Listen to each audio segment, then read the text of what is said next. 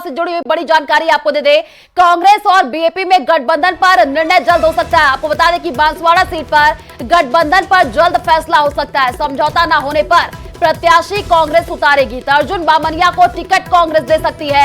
आपको बता दें कि बीजेपी ने महेंद्रजीत मालवीय को टिकट दिया है। तो इस वक्त की ये बड़ी जानकारी लोकसभा चुनाव से जुड़ी हुई, अर्जुन बामनिया को टिकट कांग्रेस दे सकती है। ये बड़ी जानकारी लोकसभा चुनाव से जुड़ी हुई। आपको बता दें कि बीजेपी ने महेंद्रजीत मालवीय को यहां पर टिकट दिया है और अब कहा जा रहा है कि अर्जुन बामनिया को टिकट जो है कांग्रेस दे सकती है। तो समझौता न होने पर यहां पर जो है प्रत्याशी उतारेगी कांग्रेस। ज्यादा जानकारी के लिए संवाददाता राकेश हमारे साथ जुड़ चुके हैं। राकेश, फिलहाल आपके पास क्या जानकारी है, क्योंकि ये कहा जा रहा है कि बांसवाड़ा सीट पर गठबंधन जल्द और फैसला उस पर आ जाएगा।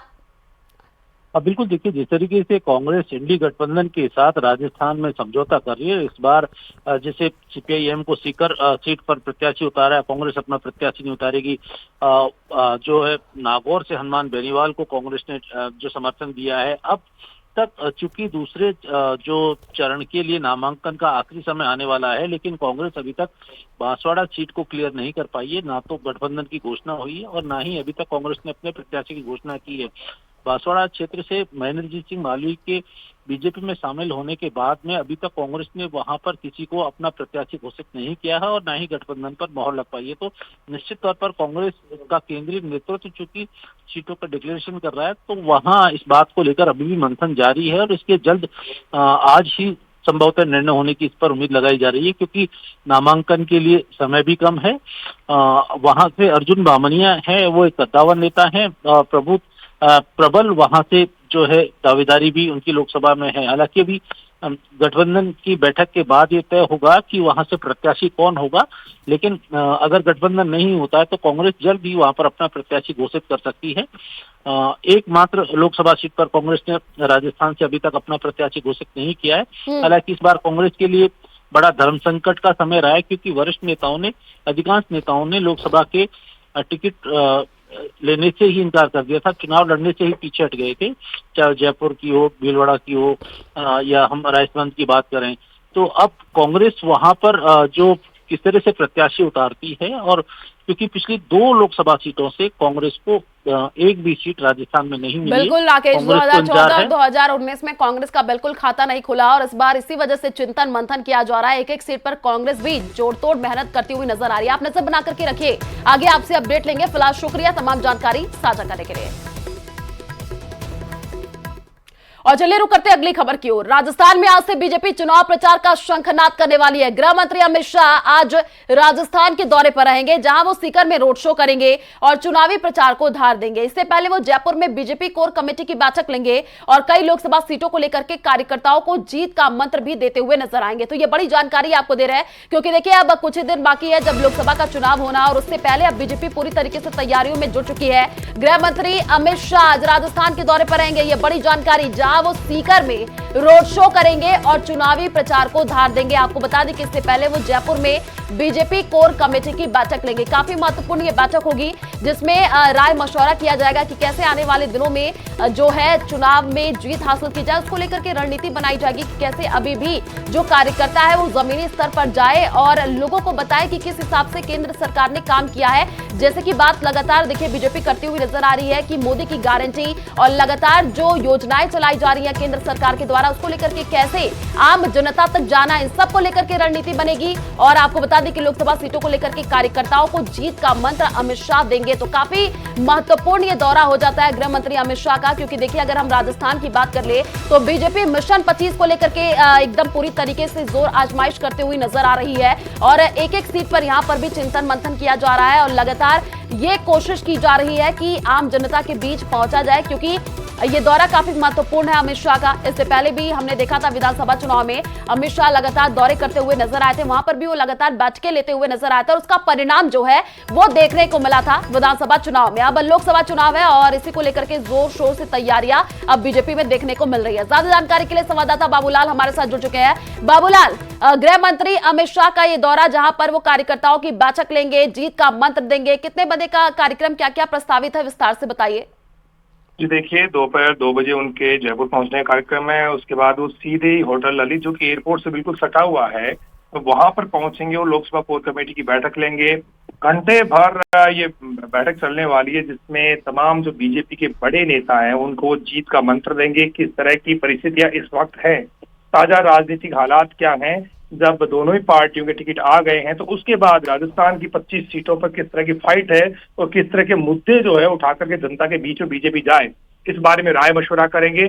और जो जरूरी चीजें होती हैं चुनाव के दौरान, उसमें किस किस तरह से पार्टी के नेताओं को आगे बढ़ना है, जिस पर उनको काम करना है, इस बारे में उनको टास्क देंगे। क्योंकि मॉनिटरिंग सिस्टम जो है अमित शाह का बहुत ही बेहतरीन रहा है, क्योंकि वो पार्टी के राष्ट्रीय अध्यक्ष रहे हैं, तो उनको पता है कि वोटर किन चीजों से प्रभावित होता है, वोटर पार्टी के साथ में किस तरह से जुड़ता है, कौन से ऐसे मुद्दे हैं जिनको लेकर के चुनाव में मतदाता वोट करते हैं। तो उन बिल्कुल बाबूलाल, इसी वजह से गृह मंत्री अमित शाह को चाणक्य भी कहा जाता है, क्योंकि वो लगातार रणनीति तैयार करते हैं कि कैसे जीत हासिल की जाए। आप नजर बना करके रखिए, आगे आपसे अपडेट लेंगे। फिलहाल शुक्रिया तमाम जानकारी साझा करने के लिए।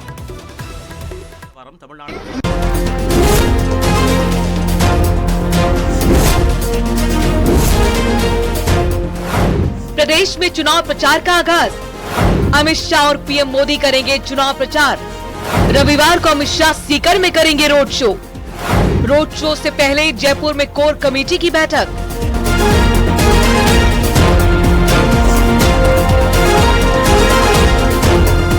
प्रदेश की सभी 25 सीटों पर जीत के लिए बीजेपी ने कमर कस ली है।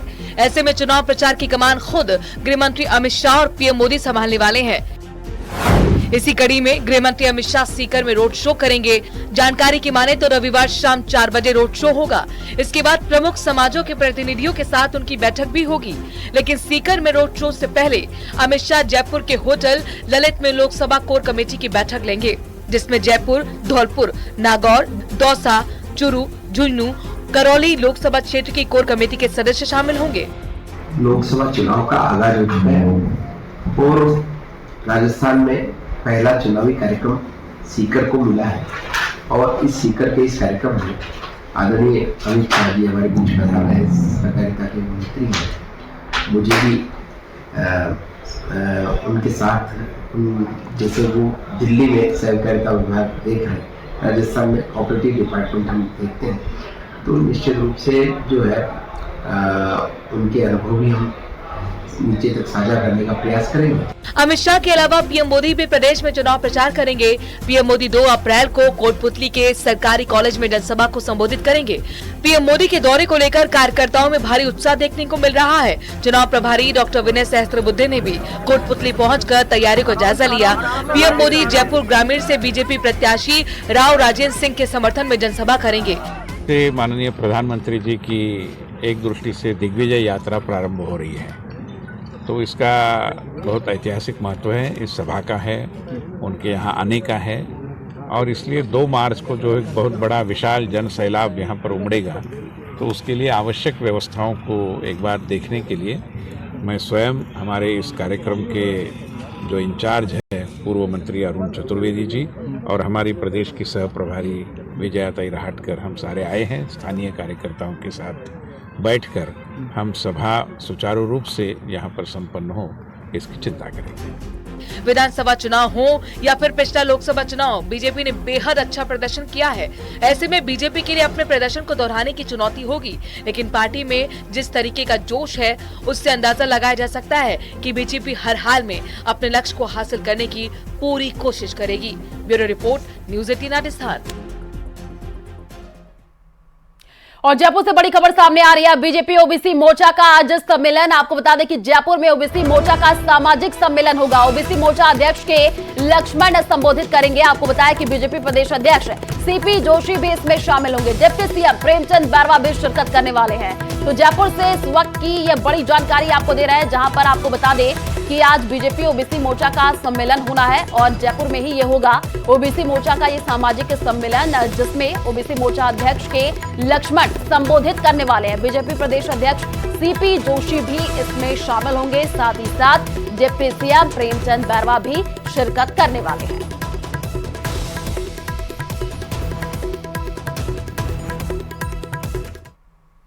और श्रीगंगानगर लोकसभा सीट पर टिकट कटने के बाद मौजूदा सांसद निहाल चंद मेघवाल पहली बार मीडिया से रूबरू हुए। इस दौरान उन्होंने कहा कि भाजपा से उन्हें बहुत कुछ मिला है। टिकट कटने का कारण शीर्ष नेतृत्व ही बता सकता है। उन्होंने कहा कि वे काफी सौभाग्यशाली रहे हैं कि पिछले 25 साल की राजनीति में उन पर और उनके परिवार पर भ्रष्टाचार सहित कोई दाग नहीं लगा है। आगे भी वो पार्टी और लोकसभा क्षेत्र की सेवा करते रहेंगे।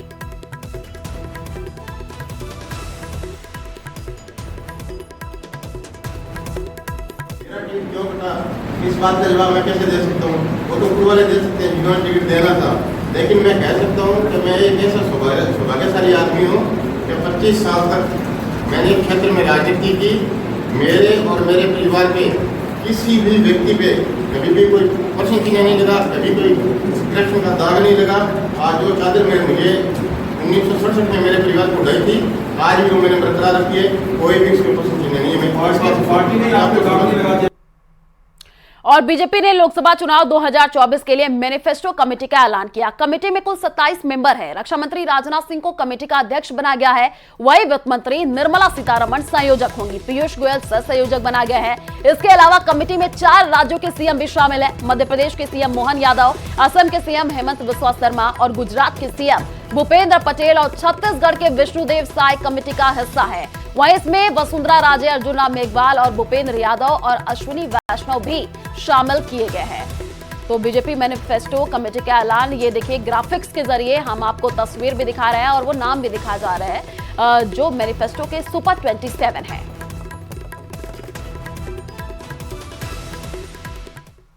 और पूर्व सीएम अशोक गहलोत सिरोही के दौरे पर रहे और यहां उन्होंने बीजेपी पर हमला करते हुए कहा कि बीजेपी सिस्टम का दुरुपयोग कर रही है। उन्होंने कहा कि कांग्रेस के 12 खाते सीज कर दिए गए हैं और बीजेपी ने सिर्फ जनता को धोखा दिया है। उन्होंने कहा कि बीजेपी झूठ बोल करके सत्ता में आई है। बेरोजगारी और महंगाई को लेकर के बीजेपी फेल हुई है। मोदी अगर जीत गए तो चुनाव भी होगा या नहीं, देश का लोकतंत्र अभी खतरे में है।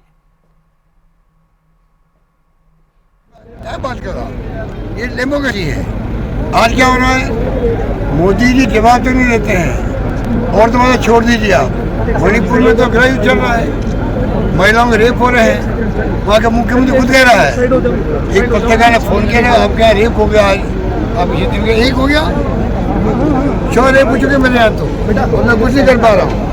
मुझे बोल रहा है इतनी हत्याएं हो रही है और राय मिश्रा नहीं गया अभी तक भी। असेंबली पार्लियामेंट में बैठी होनी थी, मजाक बना कि देश का। और जयपुर से बड़ी खबर आपको दे दें, प्रदेश के 33 डिप्टी एसपी को पदोन्नति मिली है। डिप्टी एसपी से एडिशनल एसपी की पद पर पदोन्नति किया गया है। आपको बता दें कि गृह विभाग ने ये पदोन्नति के आदेश जारी किए हैं और नाम अगर हम आपको बता दें तो चंद पुरोहित, तेज कुमार पाठक एडिशनल एसपी बने हैं। नितिराज सिंह, निहाल सिंह जो है वो एडिशनल एसपी बने हैं और इरफान अली सहित 33 आरपीएस जो है एडिशनल एसपी बने हैं। तो नाम हम आपको बता रहे हैं। इस वक्त की ये बड़ी जानकारी जयपुर से आपको दे रहे हैं, जहां पर प्रदेश के 33 डिप्टी एसपी को पदोन्नति मिली है। प्रदेश के 33 डिप्टी एसपी का यहां पर नाम सामने आया है और नाम भी हम आपको बता रहे हैं। आपको बता दें कि चंद्र पुरोहित, तेज कुमार पाठक जो है एडिशनल एसपी बने हैं। नितिराज सिंह, निहाल सिंह एडिशनल एसपी बने हैं और इरफान अली सहित 33 आरपीएस जो है वो एडिशनल एसपी बने हैं। मरुधरा को भेदने के लिए बीजेपी पूरी ताकत के साथ उतरी हुई है। ताबड़तोड़ चुनाव प्रचार किया जा रहा है। बीजेपी के तमाम दिग्गज नेता जो है वो चुनावी मैदान में है। क्या है बीजेपी की रणनीति और कैसे हो रहा है चुनाव प्रचार, इसी पर देखिए हमारी ये खास रिपोर्ट।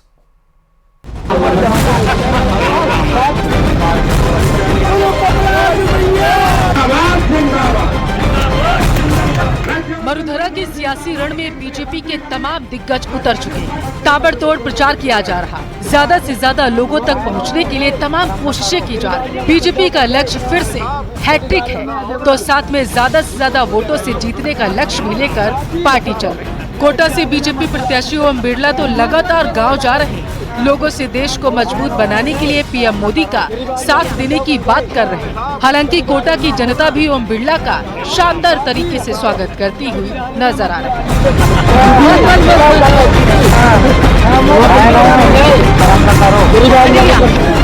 वहीं कैबिनेट मंत्री राजवर्धन सिंह राठौर भी जमकर प्रचार कर रहे हैं। राठौर ने दौसा में कन्हैयालाल मीणा के लिए वोट मांगा, साथ ही लोगों को विकास का भरोसा भी दिलाया।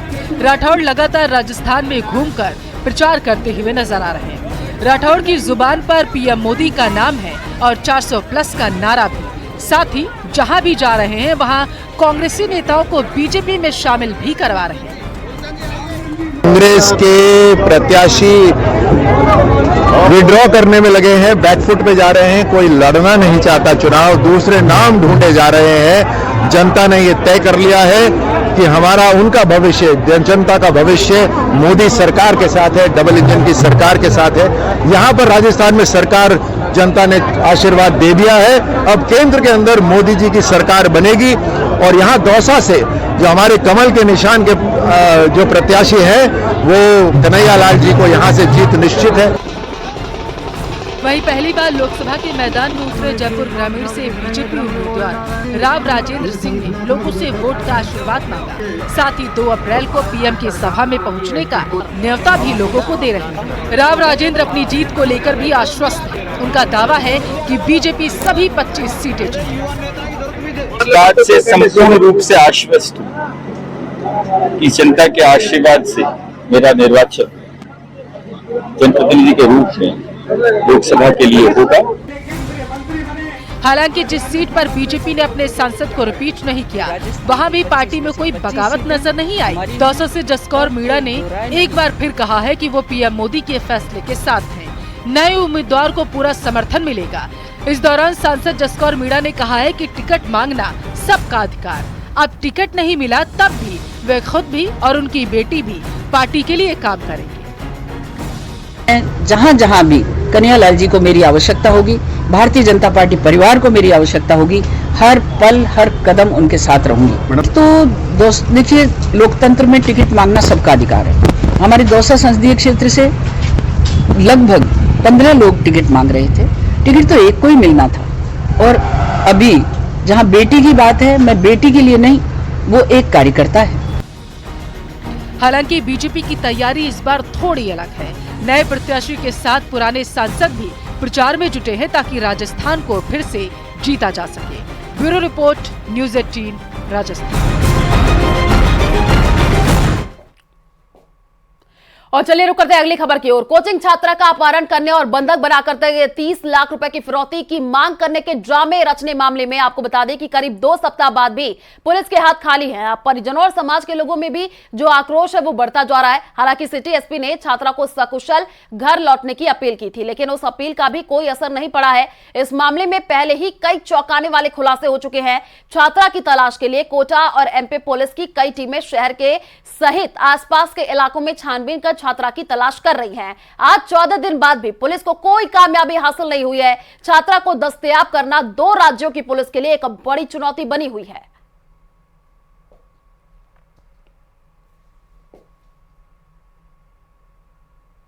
और सवाई माधोपुर कोतवाली